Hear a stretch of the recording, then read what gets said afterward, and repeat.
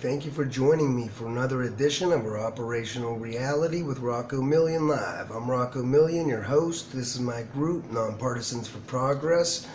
I'm a disabled veteran trying to participate in our democracy because that's the only way democracy can even work. So today, but before I get into the economic terror of neoliberalism and the police terror of neoliberalism, I'm going to start with the duty of our federal government, the duty of our socially owned government, because we have a government for, of, and by the people. That's a socially owned government for our public purpose, to balance our economy in a sustainable way to deliver freedom and opportunity to all. That's the job of our government. And to make sure that that's clear, we have a social contract with our government. That's called the Constitution of the United States. In the preamble of the Constitution, our socially owned government is mandated to ensure domestic tranquility. So our government is mandated to ensure happy populations, right in the preamble, the first part of the Constitution. Then Article 1, Section 8 of the Constitution, it even goes a step further. It mandates that Congress lay the tax and pay the debts to provide for our general welfare and common defense. So to lay the tax and pay the debts is to mint and tax from thin air to provide for our general welfare and common defense. So this makes our Congress the currency issuer. All right, and what that means is Congress never needs to find dollars because it has the power to mint and tax from thin air. This is why we say Congress has the power of the purse. Everybody knows that, but people don't think it through what that actually means. Well, what it means is Article 1, Section 8 mandates that Congress mint and tax, or lay the tax and pay the debts. That's minting and taxing to provide for our general welfare and common defense. What's that about? What's the general welfare and the common defense about? Well, this is about sustainability. This is about how we make America stand the test of time. How do we make America exist in perpetuity? All right, so this means that government or Congress never needs to find dollars because it has the power to mint and tax from thin air at will to provide for our general welfare and common defense. It also means Congress must provide all the essential public services required to have a sustainable general welfare and common defense. I'm talking about essentials like a military and infrastructure, for instance. So the military for their common defense and our infrastructure for the general welfare. These are things that are necessary for a civil modern society to exist in perpetuity. So the tax is not about funding our currency issuer Congress. All right, the federal government taxes to make sure everybody needs dollars. That's it, simply. That's the primary function. Our federal government doesn't need our tax dollars to spend and operate. They tax us so that we need dollars. That makes us willing to sell goods and labor to get the dollars we need to satisfy our tax obligations and stay free. In other words, federal taxation creates unemployment so that the government can provision society as it spends, creating paid employment.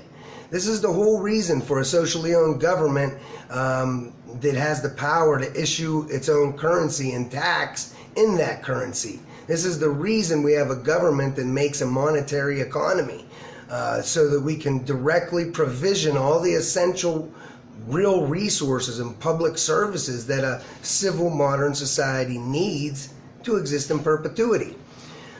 So taxes can never fund the federal government. Article 1, Section 8 makes our government self-funding. We make dollars at will from thin air.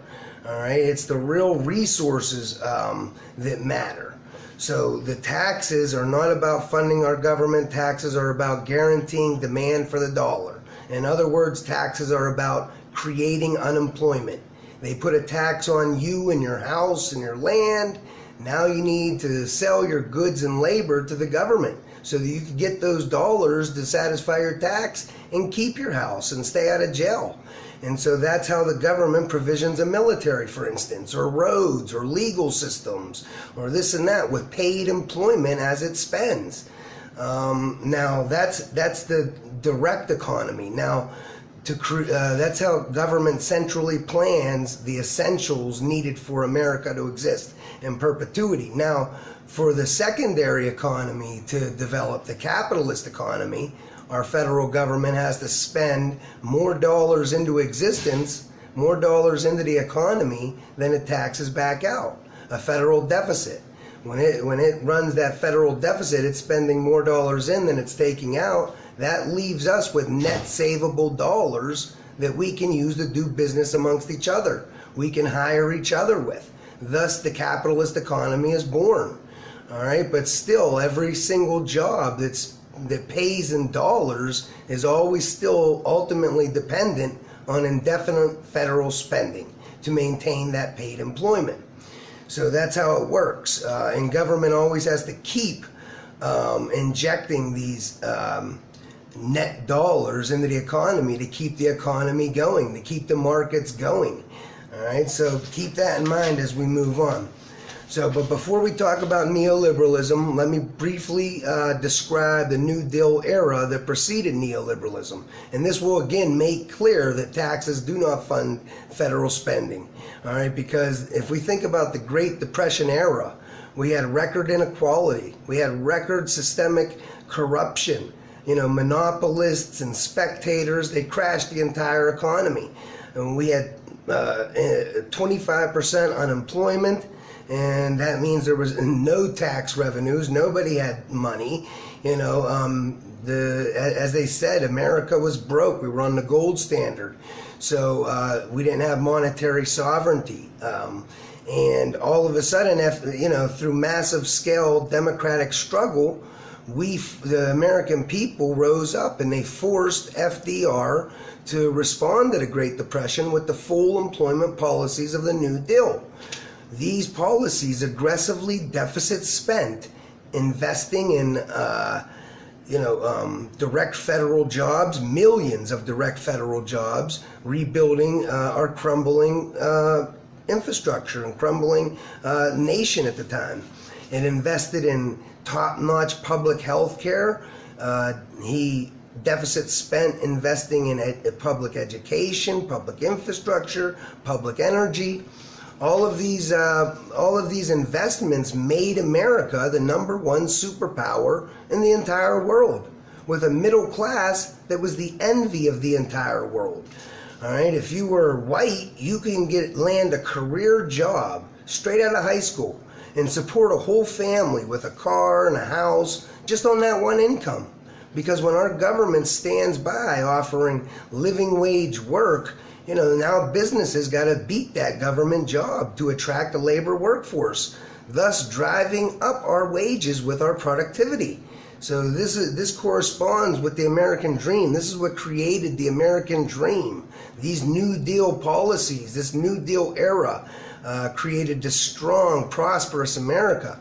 But of course, the oligarchy fought back. They hated the collectivism of the New Deal. And so the moneyed interests, they took over whole economic departments. They bought the media. They changed the narrative. They got academia. And they eventually got both parties to buy into the sadistic ideology of neoliberalism by the 70s. Both parties killed the full employment policies of the New Deal. This ushered in our bipartisan neoliberal era. And this was marked by government targeting unemployment rather than full employment, as was always customary in America.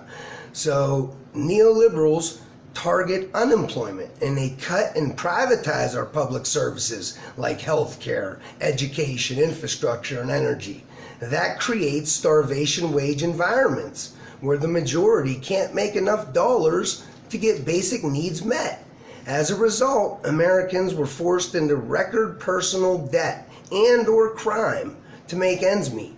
I'm talking about credit for milk and eggs, credit for for-profit education, credit for health care, credit for transportation. this is what a starvation wage jobs look like when you can't make enough dollars to get your basic needs met. And that's the majority of Americans today. They make under $20 an hour, struggling to get basic needs met. And you got to remember, involuntary unemployment, when our government targets unemployment, that's systemic abuse. All right, that cannot be fixed with personal responsibility or education or job skills. All right, even if every single worker had the most personal responsibility and they had the most education and the most job skills, the best job skills, because our federal government, our currency issuer, targets 5% unemployment, we would still be forcing millions of people to be unemployed, and then millions more to be working poor in the starvation wage environments created by that involuntary unemployment. So it wouldn't matter. So people say, oh, quit wanting free stuff from the government, go out and get a job and work for it. Well, the problem is, we're supposed to have opportunity for all. And if government is targeting 5% unemployment, those millions of people are not able to have the opportunity of the rest of us. We're forcing that 5%, the millions of people, to be poor and unemployed and not be able to have upward mobility. All right, so let's talk a little bit more about the starvation wage environments. Because again, targeting unemployment like we have from the 70s, it forces millions of people to be unemployed and so desperate that they'll work for starvation wages. So again, this drives down all of our wages, because you think about it, McDonald's, even though they're recording record profits right now, why would they give you a raise if you worked at McDonald's? They know they don't got to give you a raise because the government keeps millions of people outside unemployed and so desperate they'll do your job for cheaper than you. So this artificially suppressed our wages from the 70s. That's class war. And you throw on top of that cutting and privatizing our essential public goods like healthcare, education, infrastructure, energy, so on and so forth, you create starvation wages. All right, and that means that people cannot make enough dollars to make ends meet. So you're forcing them. Millions of people are forced into unsustainable private credit and or crime just to make ends meet. That's not how you get a civil society. That's how you get the opposite. That's the direct violation of the Constitution, which mandates that we ensure domestic tranquility and that we that our government serves the general welfare. So, that's incapable. If you're incapable of making enough dollars to live, you're forced into record credit. There's no other way about it. You think that our grandparents under the New Deal needed credit cards for milk and eggs? You think they needed credit cards for health care and education? You think they needed 27% interest on a credit card just to survive? People that are taking this credit, this is predatory lending. They don't do it because they're living beyond their means. They do it because they're trying to survive, because there's no other way. Our government is literally starving the economy of dollars as it targets unemployment, and it cuts and privatizes public services. And that creates the starvation wages that forced Americans into record private debt right now. All right, and then set up millions more in the black markets just to survive. So, 1 second.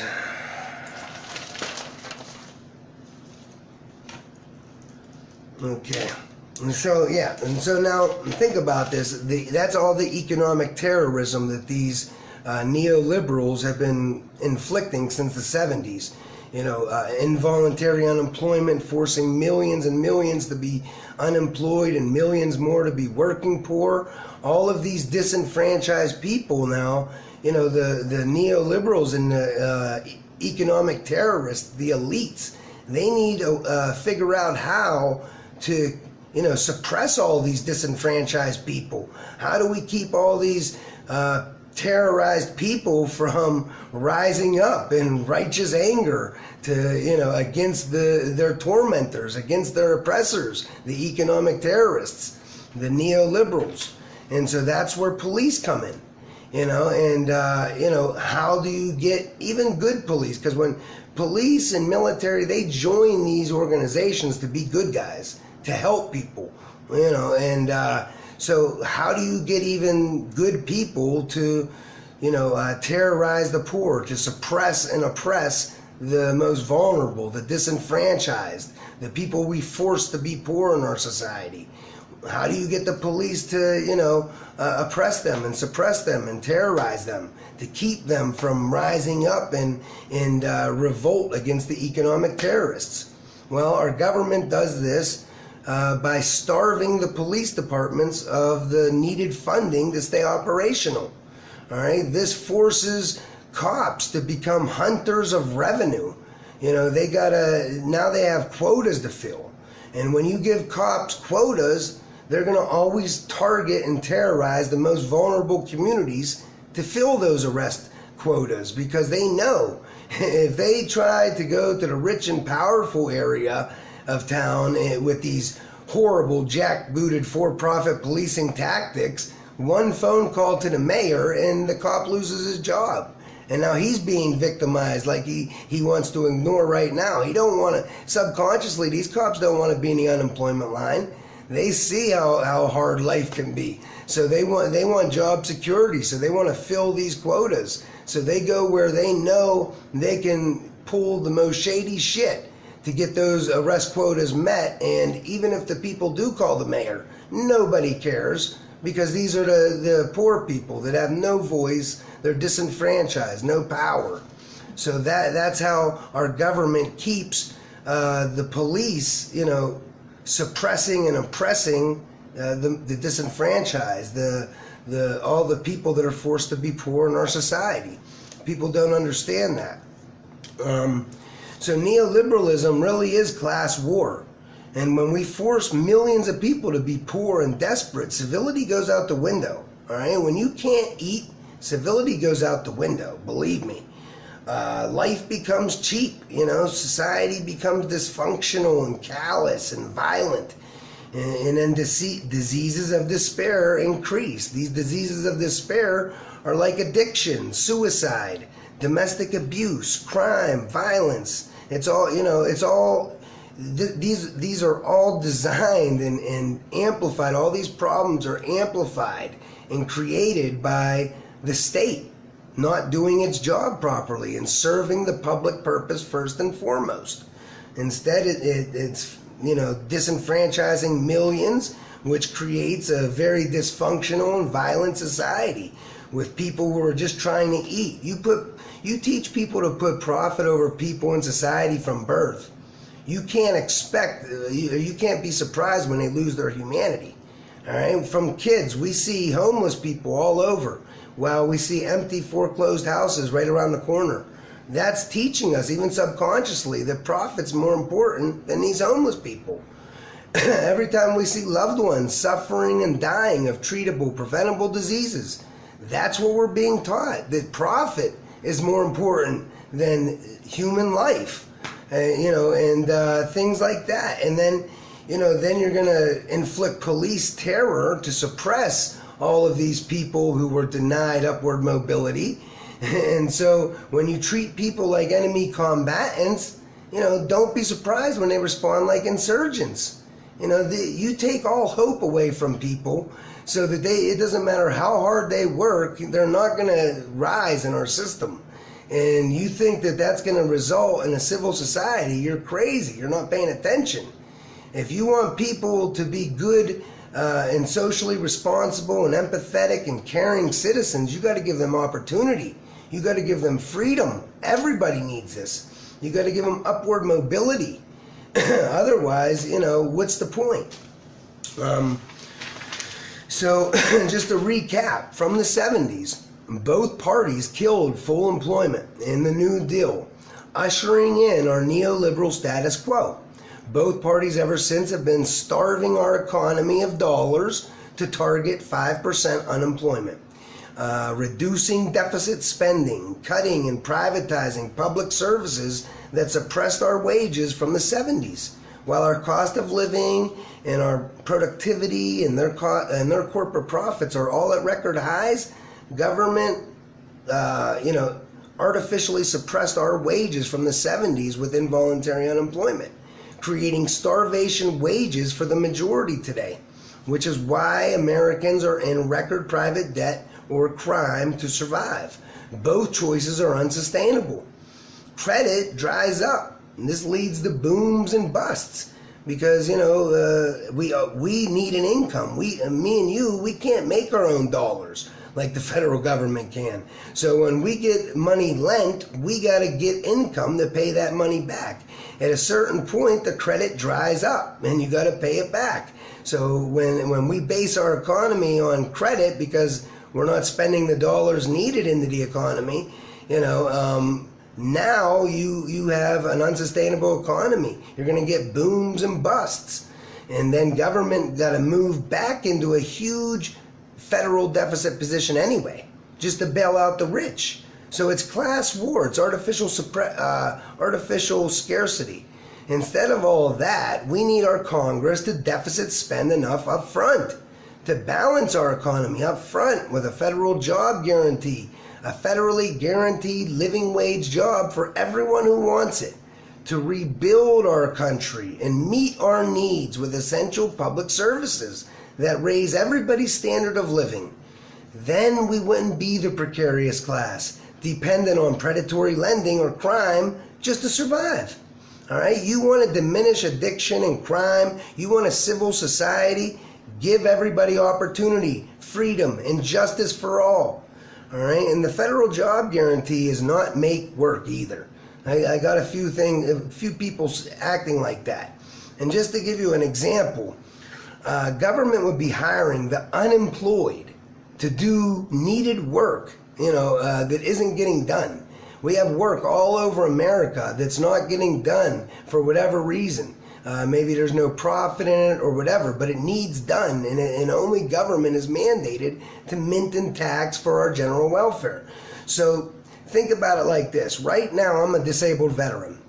The government's paying me right now to not work. Okay, I have zero productivity. I contribute nothing.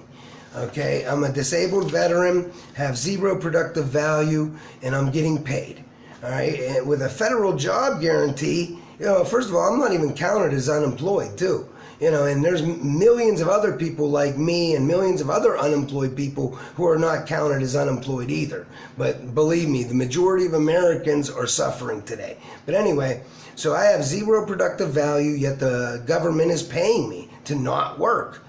We're saying, wouldn't it be a lot better for our society if our government would instead pay me to, go say, help seniors? Behind me, there's a senior citizen home for all these different seniors. I could, as a disabled vet or not, I can go over there and sit with seniors a few hours a day, helping them live safe. And I would be being productive, contributing to my community. I would be helping people and raising their standard of living. That would create more socially responsible people when they have a purpose and they're contributing to society. They're helping people. You're raising living standards, and I would be getting a living wage, which would give me a lot more dollars to buy the products of local Newcastle businesses here in Newcastle or whatever. So this helps everybody. This makes, this would make our society much better by nurturing people instead of, disenfranchising people. So this isn't real complex stuff if you think about it, but this is how the federal job guarantee would maximize our productivity. And it ensures domestic tranquility as our Constitution mandates. So again, there's all these unemployed people right now. These are people that the private sector don't want. All right, there's a bunch of work all over America, whether you're talking about, elderly care, child care, infrastructure, green energy. There's a ton of work out there that needs done. And for our government to target unemployment is sadistic. For our government to target unemployment while America is crumbling in need of work is sadistic. That would never be in the public's interest. All right, government creates unemployment with taxation. All right, I could see how that's in the public interest, because we need the provision society with paid employment. We need a military. We need roads. We need legal systems, sanitation systems. So, creating unemployment is, I understand it. There's a reason. It's for the public good. All right. But now there's no reason for that government to target unemployment, to keep 5% of all those that it made unemployed, stay unemployed. It would never be in our public purpose for government to, make 100 people unemployed, but only spend enough dollars into the economy to give 95 of them a job, because we want 5% unemployment. That would never be in the public purpose, because that 5%, no matter how many job skills they get, no matter what they do, they ain't going to be able to get work, because there's only 95 jobs and there's 100 people available. All right, and so it's systemic abuse that forces those 5 to be poor and disenfranchised, and that makes them dangerous for the rest of us. And so we got to understand that it's always better for our government to maximize our productive capacity, balance our economy by spending at the bottom with true full employment, a federally guaranteed living wage job program, because the bottom income distribution is the largest segment of society. The more dollars we have, the more we demand and guarantee the jobs of the skilled and educated above us, because demand naturally bubbles up. It doesn't trickle down. You could give the rich, the so-called job creators, all the money in the world. They can make even the best products. If they can't sell their production because nobody has disposable income, then they're always going to go out of business. All right, so they're not the real job creators. In a capitalist economy, we need consumers. All right, you need your people to be able to consume, or else the economy don't work. So the real job creator is a balanced economy, and only our currency issuing federal government can balance the economy. It creates the economy as it spends, taxes, and regulates. And that's, so we need to balance our economy, maximize our productive capacity by offering a federally guaranteed living wage job to everyone who wants it, so that we can rebuild our crumbling communities and meet people's needs with public services like healthcare, education, childcare, infrastructure, you name it. There's a million things that we could be doing. And just real quick, the federal job guarantee is the revolutionary progressive keystone program from which all other programs will flow. All right, because you got to understand, it's either you accept the systemic abuse of involuntary unemployment and neoliberal class war, or you advocate that government targets true full employment to balance our economy with a federally guaranteed living wage job program. There's no other choice there. So it's either you allow your government to inflict class war, and by the way, that's not small government. Some people say, oh, well, I don't like all this big government stuff. Well, all right, right now, you're advocating for our government to take an action to target 5% unemployment. All right, so that's not small government. That's not. You're still using the government. Why wouldn't you instead use the government to work for the public purpose of America, to deliver opportunity and freedom for all, like our Constitution mandates? That's not big government. Big government is a government that ignores the public and makes the 1% rich. That's big government. It's fascist government. So we gotta understand that. Is there any other things on, to make it clear, taxes cannot fund the federal government. All right, if you just think about it for a minute, apply logic. We've all been lied to. I know it's counterintuitive, but if you just apply logic, you will see this is the only way it could be. Taxes cannot fund the federal government because taxpayers cannot make dollars. If I try to create a dollar as a taxpayer, I'll get arrested as a counterfeiter. All right, so how can us taxpayers then fund Congress? It's impossible. Only Congress can mint and tax dollars from thin air per Article 1, Section 8 of the Constitution. So, taxes can't even be collected until the Congress first spends dollars into the economy.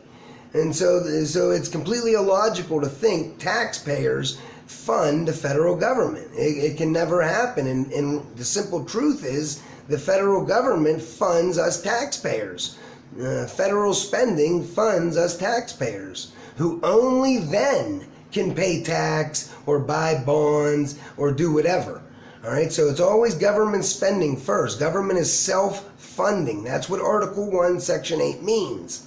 When it mandates Congress lay the tax and pay the debts, it's saying Congress is self-funding. Congress doesn't need to find dollars. A dollar is just a law to satisfy taxation. We can't run out of laws, so we can't run out of dollars. The only thing that can limit us is the stuff we buy with dollars. All right, so the only thing that matters is our currency issuing federal government spends the required dollars into the economy, makes the required investments into our society, into our productive capacity, to ensure that we have enough real resources created and available for any dollars in circulation to buy. That's modern money. That's MMT. And it's simple logic. All right, the dollars themselves, they're just a law. This is just something to organize labor and organize our monetary economy. The government uses these laws. They impose the tax so that you need dollars. That makes you unemployed. Now you're willing to work for the government, provisioning society, working for our general welfare or common defense. And again, that's the direct economy. That's the main purpose of our monetary economy and socially owned government, to ensure that the essential public services are delivered so that America can exist in perpetuity. Now, the secondary market, that happens when government spends more dollars into the economy than it takes back out. It runs a federal deficit. And so when the government runs a federal deficit, that means it's leaving surplus savings with us in the economy. So the government's deficit is equal to our surplus savings in the non-government. In other words, when the government spends more dollars into the economy than it taxes out, those dollars stay in the economy with us. And now we can do business amongst each other. We can hire each other. We can, and so the capitalist economy is then born. All right, but still every job in every market is still ultimately always dependent on our federal government for indefinite spending to maintain that paid employment, for indefinite regulations and indefinite taxes to maintain the economy, to maintain the markets. All right, when neoliberalism privatizes our public space, it subverts our public good. It stops those public investments into our productive capacity. That hollows out our productive capacity. So when you're cutting, education, you're cutting healthcare, you're cutting infrastructure and energy, and you're privatizing it, they all become for-profit operations. And now these operations, they're for-profit, they're utterly incapable of meeting the needs of the public. And so you hollow out your reproductive capacity. You end up with populations of stupid people, populations of diseased people, populations of unproductive people. All right, again, we target 5% unemployment. That's unproductive. That means we have untapped productive capacity. Our government can instead always spend the dollars and hire all the unemployed people to maximize everybody's productivity. All right, but instead we target unemployment, and so that's artificial scarcity while millions of people suffer and die. All right, that's horrible. It's sadistic. Learn this stuff. I looked up. I watched and studied people like Dr. Stephanie Kelton, Dr. Fidel Kaboob, Ellis Winningham, Stephen Hale. The Modern Money Network, Rohan Gray. Steve Grumbine, Real Progressives, of course, Deficit Owls. There's a bunch of people out there. Start looking them up. Also, one of my favorites is Michael Hudson. I always got to give him a shout out. Read his books, the two books that I love the most. J is for Junk Economics. J is for Junk Economics, and Killing the Host. Absolutely phenomenal books. You need to read them to understand our operational reality, MMT. This is the only way we're going to get things done. All right, we have to destroy the mainstream lies and scare tactics that are keeping the public divided. The mainstream lies and scare tactics that are used to keep us all opposing federal spending on our own public purpose. So when they say, oh, you just want free stuff, you want socialism, say something, tell them all, well, is it socialism when the federal government hires a military and we all get free protection? Is that free stuff too? No? Well, then why would it be any different when our government hires doctors and we all get free, healthy people? Why would it be any different when our government hires teachers and we get smart people for free?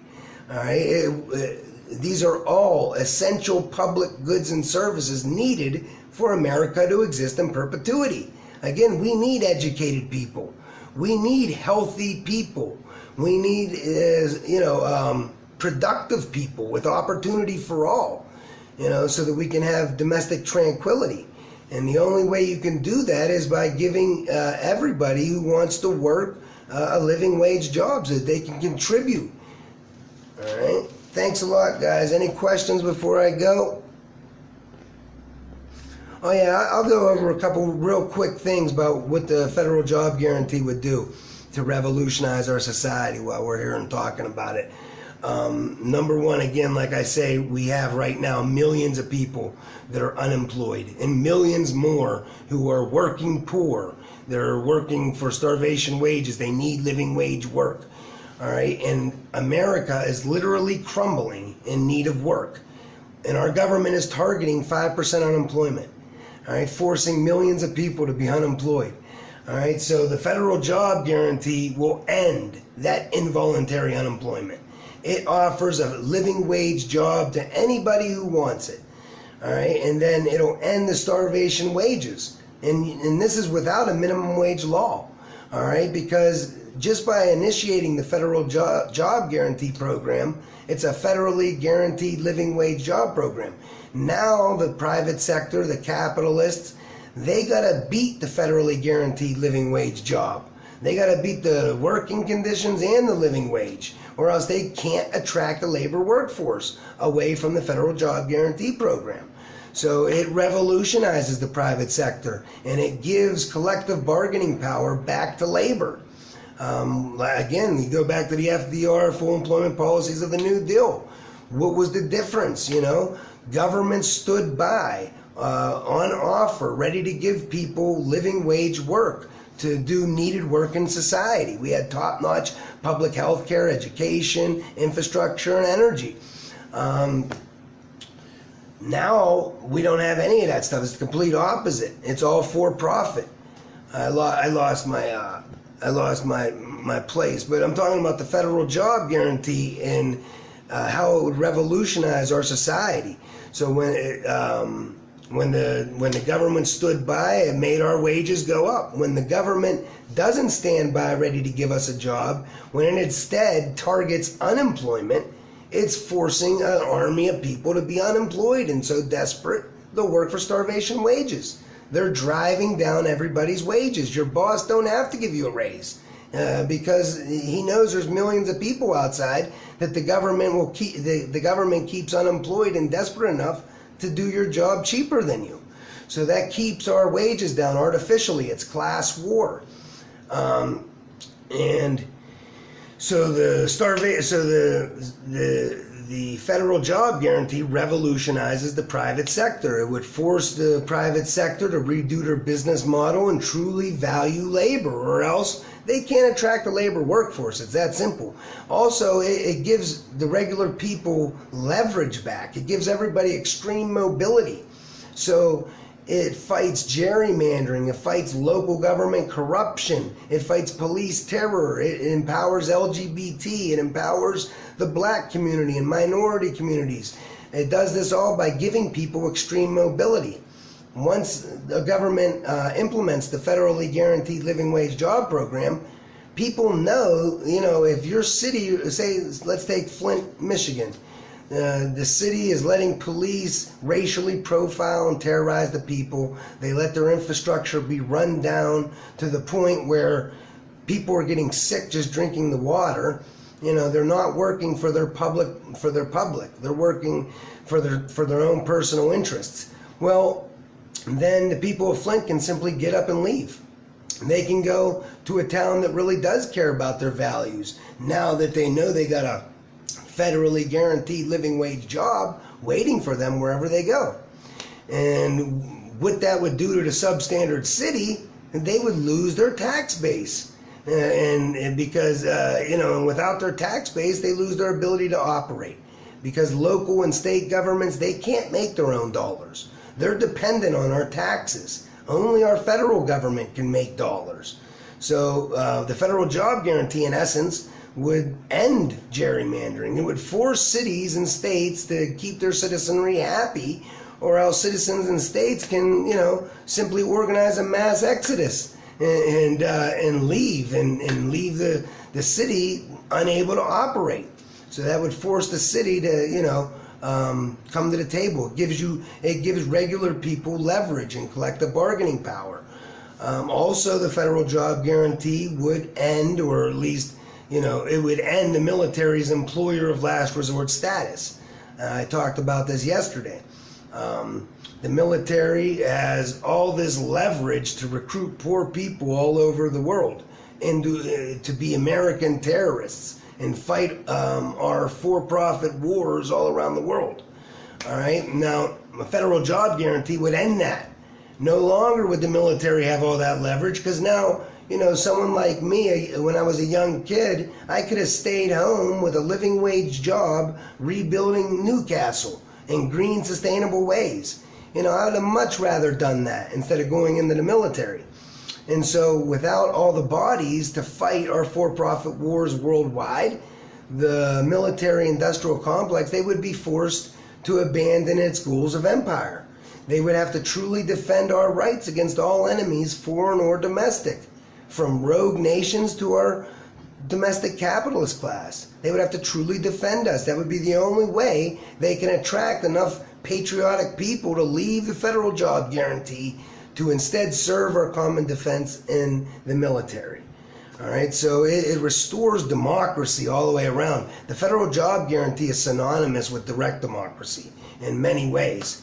Also, it's an economic stabilizer. Again, this keeps, right now when the economy starts going on a downturn,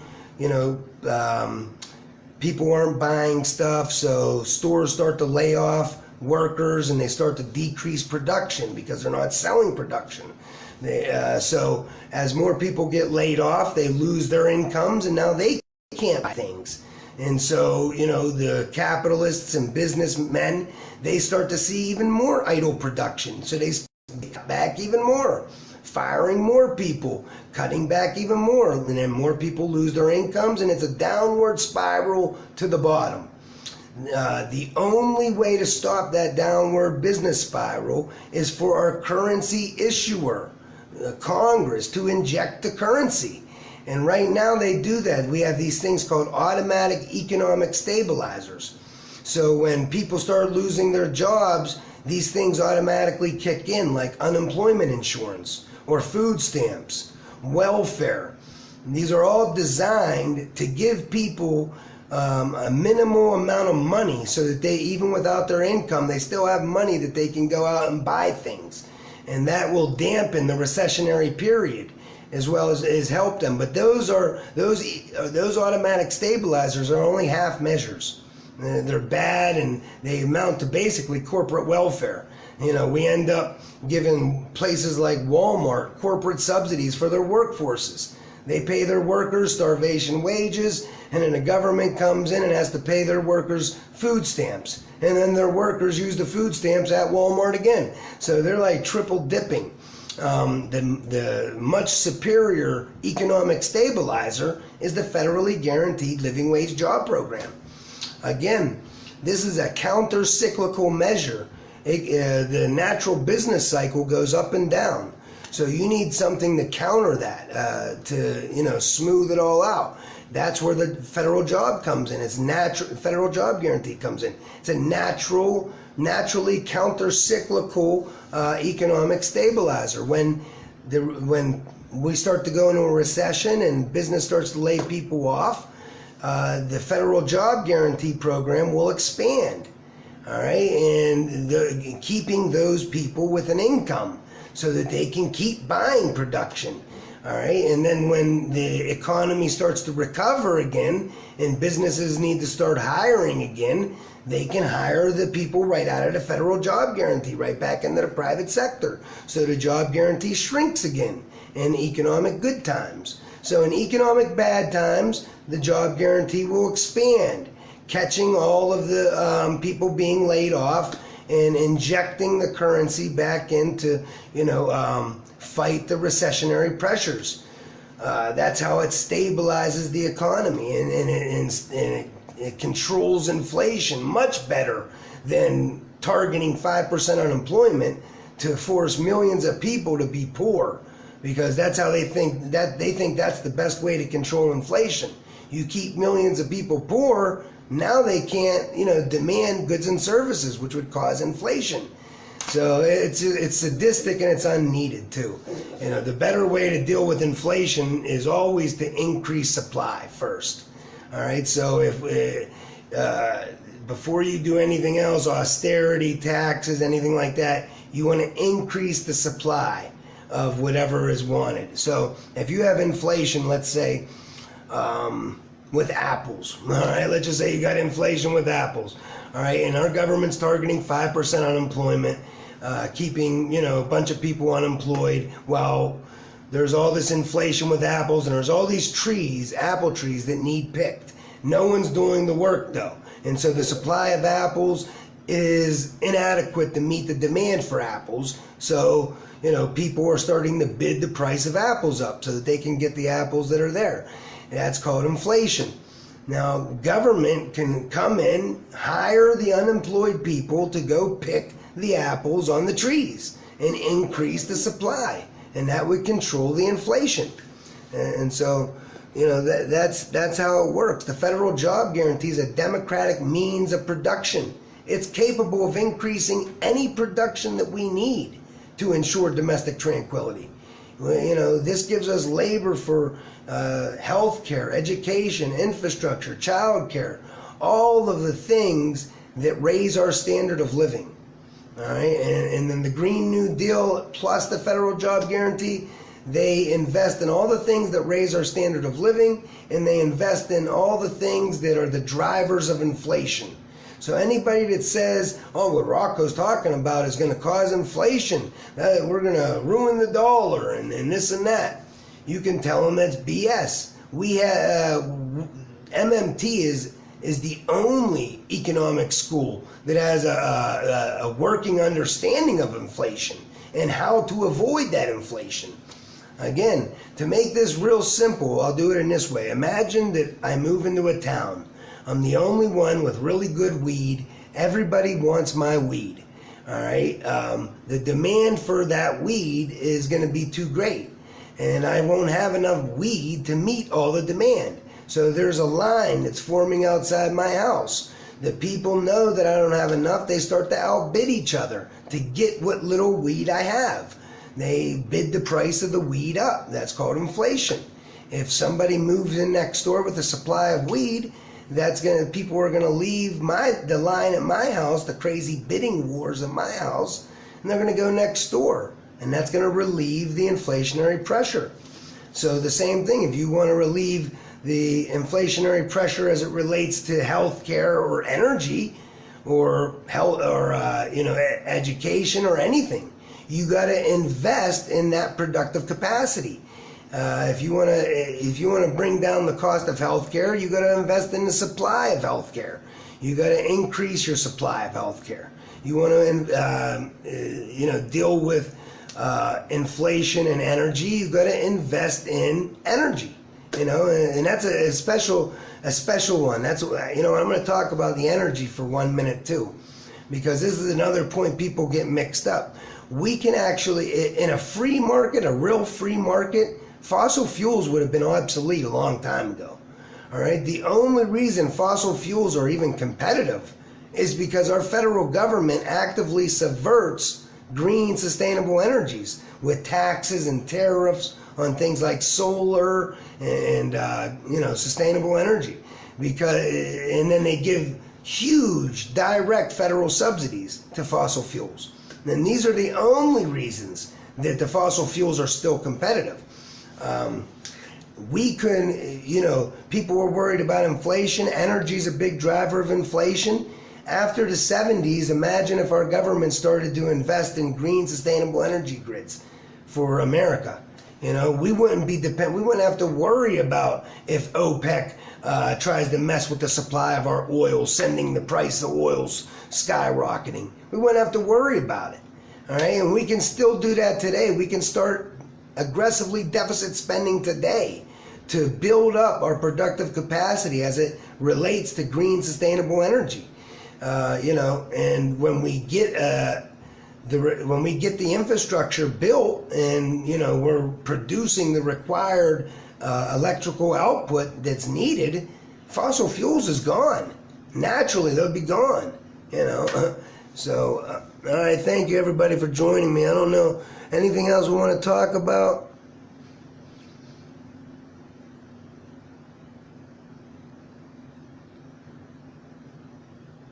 Affordable housing is very important. You're right, Carrie.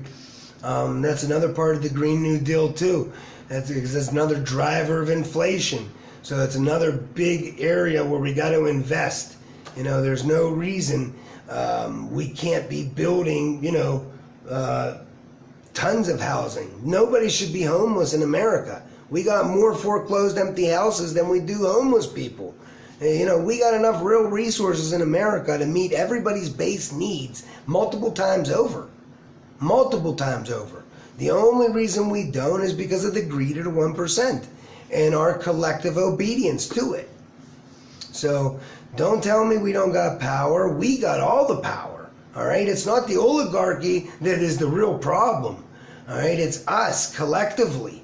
We believe the mainstream lies and scare tactics designed to keep us divided and fighting against our own public purpose. So we accept fascism. So regardless, we can have the best rights, the best constitution. We can have any system of governance in the world, Marxism, anything you want. When we collectively accept fascism, that's what you're going to get every time. So it's up to us to collectively force our socially owned government to serve our public purpose first and foremost, as mandated by the Constitution. And that requires us, participating in our democracy, talking about it. What is the public purpose? Well, let's find out. Ask, think about it like I was doing today. I can see it being in the public purpose for our government to create unemployment. How else would we get people for the military and people for legal systems and people to be working on our general welfare and common defense? So that's a needed thing. That is for the public purpose, making unemployment, all right? And then paid employment to provision society.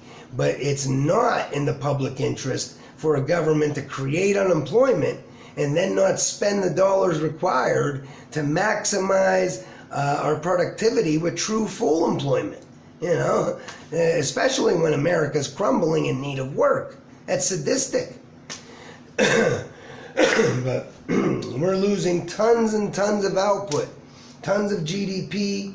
We're losing lives. People are dying of treatable, preventable illness. People are dying of exposure, bad nutrition. Our schooling's inadequate. Our healthcare is inadequate. Our infrastructure is crumbling. Our water is poisoned, literally, poisoned. It's just a mess. And until we start to, pay attention and focus and deal with these horrible issues, nothing's going to change. And I know, I was talking to my grandma about this, and she said the same thing. I don't want to talk about this. This is sick. Makes me sick. I don't want to think about it. And I tried to tell her, that's the point. If we don't talk about what's going on, how is it ever going to change? If you just think about it, if they were like when Nazi Germany was dragging Jewish people out in the streets and shooting them on the spot and doing what they did. That would have, as a German person, yeah, sure, you would have been scared. You would have had to go along with the flow, or else you could have been targeted. And so if anybody would have brought up the horrible facts, maybe we shouldn't be killing these Jewish people. Maybe this is wrong. It would have caused cognitive dissonance. The Nazis would have said, I don't want to think about that. Well, this is just the way it is. We got to accept it. And so they wouldn't want to talk. And it's the same dynamic happening today, only on a much grander scale in actuality. America forces far more people to suffer and die needlessly than Nazi Germany could have ever dreamed. And that's the sick part about it. And it only happens because we collectively accept it. We don't think twice about our government targeting 5% unemployment, forcing millions of people to be unemployed and poor. All right? How can you be about opportunity and freedom for all if you target unemployment, forcing millions to be unemployed and poor? Obviously, those millions don't have the opportunity and freedom that is supposed to be for all. I mean, it's that simple. And look around. We have millions of jobs all around America that America needs to function. And these jobs don't pay a living wage. So, our society depends on starvation wage work. It depends on starvation wage workers. All right, it depends on precarious workers. That's the better word. As Alan Greenspan said, when they were asking him in front of Congress what the basis for his economic success was, he said it straight out. He told us it was greater worker instability. And Noam Chomsky told us what that meant, because when you have greater worker instability, workers are, they're scared, they're precarious, they're vulnerable, so they won't speak out, they won't fight for better wages, they won't go on strike, they won't, report discriminatory work practices. They'll accept their treatment and work for their masters gladly and gleefully. That's why we do this. It's economic terrorism. It's class war. And it's getting worse and worse. And once you get to that tipping point in society where that magic number of people, once enough people feel they have no hope and there's nothing they can do to better their station in life, you're going to have revolution. You're going to have a bloody revolution. And I don't want that, because I have a small child, and I don't want that. Millions of innocent people will suffer and die. I want a political revolution like Bernie Sanders offers, with the Green New Deal and the federally guaranteed living wage job program, with a just transition, to balance our economy, rebuild America, meet our needs with public goods that raise all of our standard of living without raising taxes, without making cuts. All right. Anything else? I'm trying to think of any other scare tactics to discuss, or any other anything else, any other misconfusions. I think that's all for right now. All right, guys, thanks a lot. So, yeah, just to recap, because this got a little longer.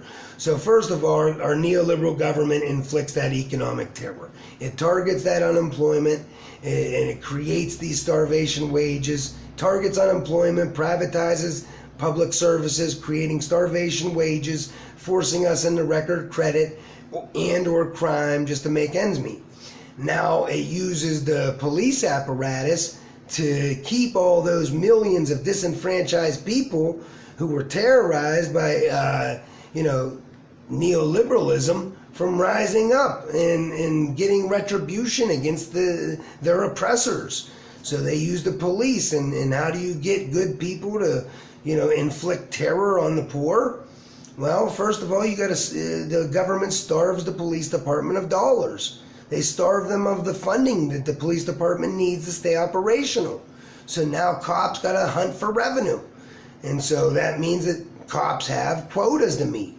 And when a cop has quotas to meet, they have to target and terrorize the most vulnerable communities to meet those arrest quotas. Because they know if they try to use these jackbooted for-profit policing tactics in the rich and influential part of town, one phone call to the mayor and that cop is out of a job, or he's working traffic. He knows he could go to the poor part of town, the ghetto, and do whatever he wants. And they could scream bloody murder, nobody's going to listen. So it's all about job security. Even if it's a good guy, they don't want to be unemployed. They don't want to get fired.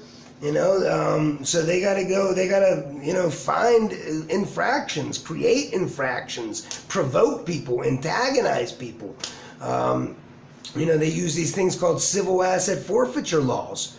This allows police to literally take your stuff, seize your bank accounts, take your house, take your car, without even charging you with a crime.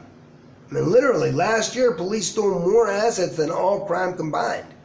All right, so they do this to stay operational. They need to get the funds they need to stay operational. So this ensures that the police suppress all of the poor people that we force to be poor. And so that the police keep them from attacking their oppressors. And that's how our system works. That's why neoliberalism is so sadistic. Now, there even is another element to this, and that's the for-profit imperialism element. And we get in, that's a whole other can of worms. We get into these illegal proxy wars. We team up with right-wing terrorists worldwide in illegal proxy wars against democratic nations in the public purpose worldwide. And when you're talking about these terrorist groups, or terrorist proxies like in Afghanistan, the Karzai government and the warlords, and they were the drug traffickers. All right, and you think about it, the Taliban, they were against heroin and poppy production. All right, so when America wanted to go in and get rid of the Taliban, they had to team up with the Taliban's natural enemy, which were the narco traffickers and the warlords who hated the Taliban and their crazy fundamental religious nutsness. And so America teamed up with them and said, look, I'll let you grow your cash crop again. Just help us fight, tell us where they're at. And so that's why, since America had operational control of Afghanistan, heroin production in that nation has, doubled and redoubled and over every year, from there. And now we flooded all, our markets, our streets in America with really good, really cheap heroin. All right, and so then you think about, we inflict more draconian drug laws because of this, drug epidemic and the drug war. And what does that do? Basically now doctors are so scared of the DEA that they won't do their jobs. They won't treat people. So they're forcing someone like me, a disabled veteran. I've had 2 spinal surgeries. The doctor tells me straight out, I know you need painkillers. I'm too afraid of the DEA to give you what you need. So, and I told her this. I said, so then you're refusing to do your job. Your Hippocratic oath is to first do no harm, and so the police are forcing doctors to violate their Hippocratic oath and do harm, because they're forcing someone like me to get my life-saving medication from the black market with no medical oversight, no government regulations, and that's not good. That's not better for me. It's not better for society. So then it's a counterproductive law. If it doesn't help me, it doesn't help society, why is it a law? It doesn't make sense. So that actually creates this opiate epidemic, these overdoses, all right? When you flood your streets with all this really good, really cheap heroin because you're teamed up with a right-wing terrorist proxy narco trafficker in Afghanistan, and then you inflict draconian drug laws making the doctors not treat patients, you're setting up a huge black market, and without no government oversights or medical regulations, you're going to get tons of overdoses. You're going to get more disease. You're going to get more crime. You're going to get more suicide. This isn't rocket science. And we did the same thing in the Contras. These ain't just one-off things. We did it in Vietnam.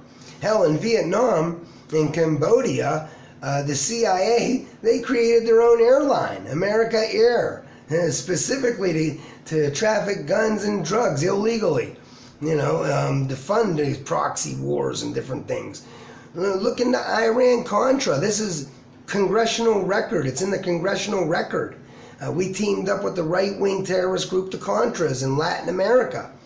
And we looked the other way for multiple human rights violations, death squads, this and that. And we actually helped this group raise money by trafficking cocaine into America.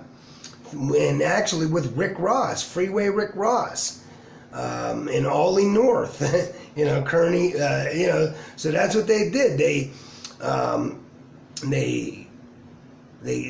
sold cocaine. They helped the Contras sell cocaine to get money so that they can get arms for the Contras, because Congress, it didn't want anything to do with these wars, with these illegal proxy wars of ours. So our CIA and Reagan and all them, they had to do this off the books. They had to come up with this money, not by getting it through the regular channel, congressional appropriations. So that's what they did. They turned to drug smuggling. They turned to even human trafficking. They turned a blind eye to all this stuff, and that actually caused the crack epidemic in America. And what did we do? We inflicted more draconian drug law. All right, we got these huge sentencing disparities, 100 to 1 for crack cocaine to powder. If you get caught with a gram of powder cocaine or a gram of crack cocaine, you're going to get 100 times longer sentence for the crack. And that was specifically targeted at the black community in response to the crack epidemic, again, that America started because of our proxy war, our illegal right-wing proxy war in South America. So you could see how this is all counterproductive, and it has nothing to do with the public safety. We create our own problems just so that we can create fear and get people to accept and agree with even more problems, creating even more problems. So that's what it's all about. This is how neoliberalism, it's so insidious. It infects every part of our lives. That's why we always got to keep talking about it. I don't care if I sound like a broken record. I don't care if I sound stupid. The more I talk about it, the more I explain this stuff, the more I deal with opposition and arguments against me, the better I get at explaining it. And ultimately that's our goal, because we want to be able to shatter people's delusions with simple logic, because that's the easiest way to make them overcome their cognitive dissonance. That's the easiest way to unite all sides in solidarity for a public purpose. because everybody really does. Politics has nothing to do with it. When it comes to wanting your kids to have a better future, everybody, Republican, Democrat, Green, Marxist, whatever you are, everybody wants their kids to have a better future. We all want a stronger society. So once you understand what's possible, once you understand how our economy operates, once you understand the role of our federal government, you're going to unite with us, because the solutions then become evident. All right? Thanks a lot, guys.